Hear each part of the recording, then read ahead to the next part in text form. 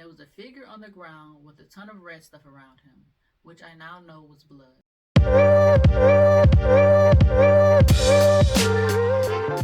Hey guys, welcome back to Chaotic Commentary. Today we're going to be looking at some more creepy encounters. Let's get into it. First story, accidentally witnessed a murder. For context, I didn't grow up in a good area. I won't give location for privacy, but I live in a fairly large city. At the time, I was around 10 or 11. This was overall not a good area. Lots of gang activity, drug use, that kind of thing. One of those neighborhoods with jacked up sidewalks and shopping carts strewn everywhere. There was a park a couple blocks away from my house, and I decided to go on a run and spend some time there on my own. I don't know why I was allowed to leave on my own, knowing the area. It was still light out when I jogged down there, but it started getting dark when I actually reached the park. It was around dusk. The layout of the park was a big rectangle basically. It faced out long ways, so the shorter side was where the gate was. It's hard to explain, so I'll try to attach a picture to show y'all what it looks like. There was a set of swings at the very front, and I sat down to hang out for a bit. At the time, I didn't have a phone with service. I just had music downloaded to listen to. I was sitting with my earbuds in and just got this really awful feeling. It felt like a tingling on my back, and I knew something was up. I took one earbud out and kept swinging, but I couldn't shake that feeling. Finally, I turned around to check behind me. There was an alleyway leading into the park that curved so you could only see part of the way down. It was all white gravel. Down the alley was a dumpster. There was a figure on the ground with a ton of red stuff around him, which I now know was blood, and another guy standing, walking towards me fast. The alley was across the playground, about 40 feet away maybe. As soon as I saw the man approaching me, I dipped the F out of there. He had something in his hand that I couldn't see, but he was holding it like a knife or a pair of scissors. I sprinted the couple blocks back to my house and got in through the back to make sure no one saw me. I didn't tell my dad until years later, and he fully believed me. That area was bad news, and I'm amazed something bad didn't happen to me with how much I was let out alone. And this is exactly what I keep saying in these videos lately. Stop letting your kids go out alone. Stop leaving your kids home alone. If they are under the age of, I would say 13 to 14, they shouldn't be out by themselves. They shouldn't be at home by themselves. Story number 2. Boyfriend's Rotty thinks you should leave. Like Rottweiler? So, about 9 years ago, my boyfriend, now husband, 44 male, and I, 40 female, were driving across the country from California to Florida. My husband had an enormous Rotty named Kuma. It means bear in Japanese, and it fit. He was 110 pounds. That's a big dog. I had only just met Kuma maybe 2 days prior, since my hubby and I were in a long-distance relationship at the time. So we, Kuma and I, didn't know each other well yet. But he was a great boy and talked a lot. We called them the Umble Grumbles. We stopped at a gas station so that we could all get out, stretch, and use the restrooms. He got Kuma on his leash and said he'd take him for a walk. I offered to do it instead since I didn't need to use the restroom urgently. Now, I'm not a small girl. I'm 5'10", but I am petite, as my husband calls me, maybe 125 pounds. That is small. 5'10", 125 pounds, that's kind of slim. I don't think she would be considered petite, just slim, because petite, you have to be like under a certain height for petite, right? My husband is almost 6'5" and built like a Viking, so a dog Kuma's size wouldn't affect him one way or another if he tried to bolt, chasing a squirrel or something.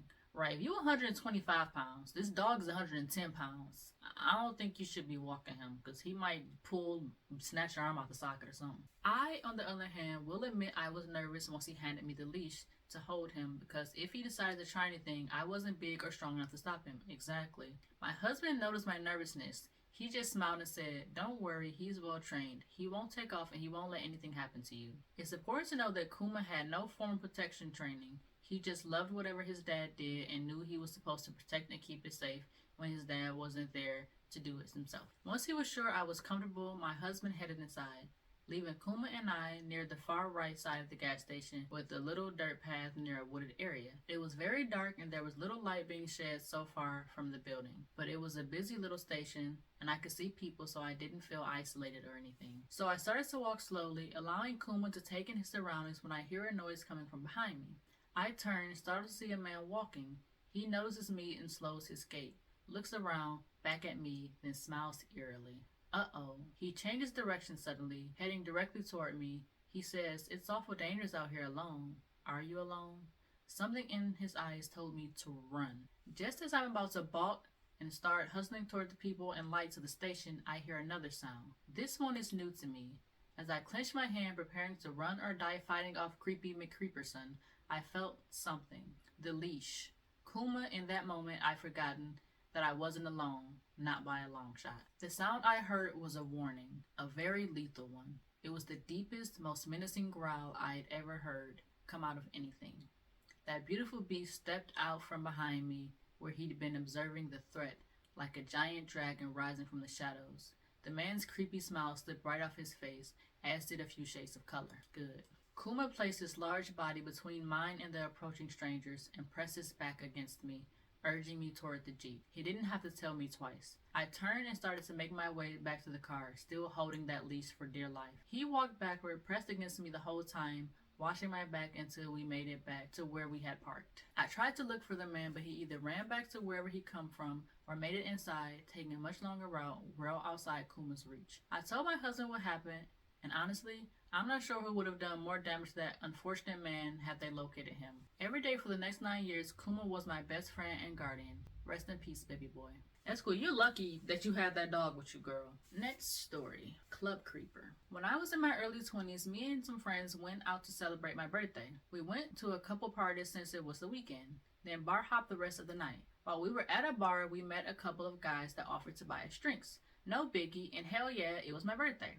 We danced around with them for a bit before retreating back to our little section. One of the guys came over to our section and asked me to dance again. I told him maybe in a bit and went back to partying with my girl. We didn't see them again until the club closed. The group of guys came over to us, and of course we were trying to find someone to go home with. The same guy that approached me earlier had approached me again. I laughed it off and thanked him for a good time. By this time we were all getting in the car. We had a designated driver and they made sure each of us got home safe after the club. 3 nights later, me and my then boyfriend were knocked out as I had to work the next morning. My boyfriend worked nights, but he was off this night. 3:41 a.m., there's a knock at the door. My boyfriend goes to answer and I'm walking behind him, wondering who could possibly be at the door at that time of night. We lived in a not so good area, so the porch lights would work when they wanted to, and now wasn't one of those times. As my boyfriend opens the door, the person at the door says, "Excuse me, ma'am, I can't get my car to start." And as he looks up, I immediately recognize him from the man at the club. I scream and my boyfriend catches on and closes the door. Me and him had a few laughs when I told him about the guy at the club, so when I told him that was him, he opened the door back, I guess to confront him, but he was gone. We hadn't seen a car, but again, it was dark. I don't know how this man found where I live other than following us home that night. I still get the chills thinking what may have happened if my boyfriend wasn't there that night. Why are people so fucking crazy? Why are you following people home from the club? Really? Like there wasn't any other girls who would have been willing to go home with you? You gotta follow one? Next story. Creepy man trying to unlock my front door. So this takes place when I was around 17, female, and living with my parents. It was the weekend and I was chilling in my room while my parents were out grocery shopping. When I was home alone, I always made sure to lock the door, including a lock that could only be unlocked from the inside, which made me feel extra safe.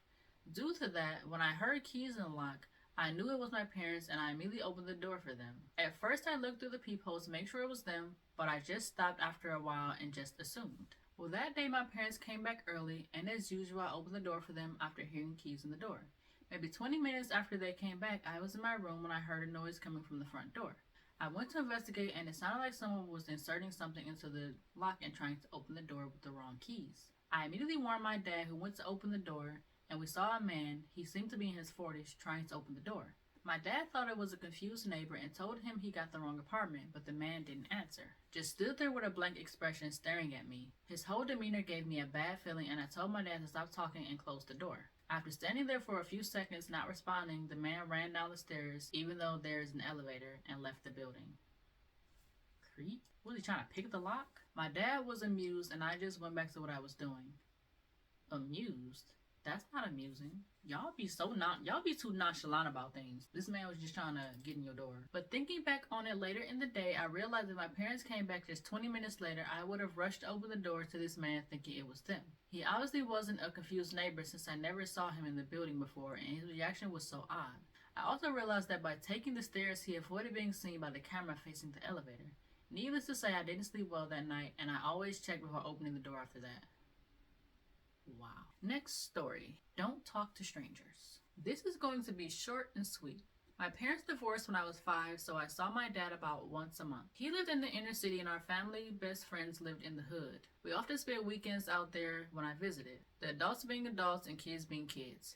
Angie and I were 2 years apart. I was around 6 or 7. We were playing on the corner, Barbies and all, just 2 houses from hers. 2 men who were driving by slowed down to a stop and asked something about directions. Angie said, "What?" And they both jumped out of the car, doors left open, and came swiftly jogging toward us. We both jumped up and started running and screaming toward our house. There were 7 or 8 men, all from our group, that came running out of the house at our screams. At that sight, the men chasing us turned around and ran back toward their car, jumped in and sped off. Watch your kids, y'all. And I'm gonna say it again. Why are y'all letting these, okay, they only 2 houses down, but it's a dangerous road there. You gotta keep your eyes on your kids at every single moment. Thankfully, somebody was out there and they wasn't out there alone. But geez, watch your kids. Like they say, watch your freaking kids. It's crazy out here. Okay, last story, kind of a long one. He was waiting for me. I, female 26, live in a flat building in a good area. It's a long, windy cul-de-sac, so there's not many people coming in and out unless it's people leaving or coming home from work. My boyfriend is away in Thailand for a month, and we usually take the dog out together at night. I went myself, which I was fine with. I usually feel safe. Last week, around 8 p.m., I left the flat to take my dog for a pee. My dog is extremely excitable, especially around other people. She just had her space surgery. She has a cone on her head and stitches that have to heal. I'm waiting for my dog to do her business and the car pulls in and drives slowly past me. The guy did a friendly neighborly nod towards me, so I did a small smile back, to be polite. The guy parks at the front of the building and I'm at the other side of the car park on the grass with my dog. I'm watching my dog, trying to get her to hurry up because it was freezing. I look up and the man stood outside his car staring at me. Freaked out by this, I turn my attention back to my dog. I keep looking over my shoulder and he's staring with a creepy ass smile on his face. Our dude's so creepy. Can y'all just leave women alone? Can we just exist? Can we take our dogs out for walks and stuff? Can we just exist, please? I looked away again for a second and he was walking along the road slowly towards us. I'm a really friendly person. I can be paranoid and aware as any woman should be at night, but something about him made me feel scared. He's walking so slow, as if he wants to talk to me, so I hide behind a van, lol, and I'm telling my dog, hurry up and pee. I can't see him anymore, which terrified the life out of me. All I hear are footsteps coming toward us. The guy peeks his face around the van and my dog goes nuts. She's jumping around, barking aggressively, which she never does with people, and the guy doesn't take that as a reason to leave. Probably because it's probably a small dog, I'm guessing. If he's not intimidated, it's probably a small dog. Even though small dogs can be little vicious things too. My dog is showing that she doesn't want his presence, but even though she's doing this, he continues walking towards us slowly. I start backing up and say to him, please leave, as she's just had surgery and she's too excited. In the most quiet, sinister voice, he asks, what's your name? I couldn't really hear him. He kept repeating the question. I eventually understood what he was asking. My dog is still going absolutely nuts at him. Girl, just take the dog and go. Just go. It could be later. I say again, please, my dog just had surgery. You need to walk away. She's too excited. Ignored again. Walks towards us, asking my name, so I start walking away from him. He ponders for a minute, still smiling, creepily I may add. He eventually backs up slowly, still facing me. I swear he did this for at least 20 seconds. He walks back to his car, looking over his shoulder at me, then stands back at his car and stares for another 3 minutes. Why are you still out there? Go inside. The dog can pee later. I pretend my dog is doing something when she's really just being a pain in the ass and just standing there. I look up and he's gone. I'm shaking, sending my sister voice notes about what's going on. She's telling me just go inside, but she doesn't realize I'm frozen in fear. Eventually I see a woman and her son rock up to the front door, so I half jog over with my dog to go inside the same as them. The front of our building has glass doors. I glance in and the man is standing there, waiting for us. I told the woman, this man has been following me and my dog. I'm scared. And she walks in with me. The man sees I'm not alone and walks right past us out of the building again. I run into the lift with my dog, get in and lock my doors. I decide to tell my 2 male neighbors about it, as my boyfriend is away and they agree to run downstairs if I need them. I took a picture of his car and registration plate as my twin sister gets the train home late at night after work and I want her to be wary of him. Well, today I was out with my dog at 11 a.m. just doing our usual walk around the block. We walk into the building and as we are heading to the lift, I see the guy peek his head around the corner. He was looking for me. He started walking toward me. Why haven't you called the police yet? At first I didn't recognize him, but then he smiled his creepy smile and I realized who it was. He said hi, so I said hi, then beeline for the lift. He came toward me and my dog again. I pressed the lift button, just watching it come down from the 6th floor. He comes and stands closer to me. Again, my dog is going nuts at him. He asks what my name is. He has an accent. He asked again when I didn't understand what he was saying. I asked, what, my dog's name or mine? He goes, yours. I froze and said a fake name. He started to move closer. This story is making me, it's aggravating me and making me upset because why does it have to be like this? Like why she has to be polite to this man out of fear? Call the police, girl. Does he even live here? Is he supposed to be in the building? If not, definitely call the police. Y'all don't have a building manager or something? I had no time to pay attention. The lift was about to open and I could run away. He told me his name. I replied, nice to meet you. And finally the lift doors opened. I walked in and pressed the button to my floor, hoping he'd leave me alone. He ran behind me as I walked in and went, I'd like to see you again.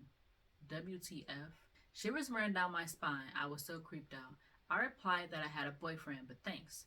As I said this, the lift doors were closing and he tried to stick his hand in to stop the lift from closing. Thank God they closed on time. I'm only up the next floor, so I was afraid he was going to run up as he could see what floor I got off at.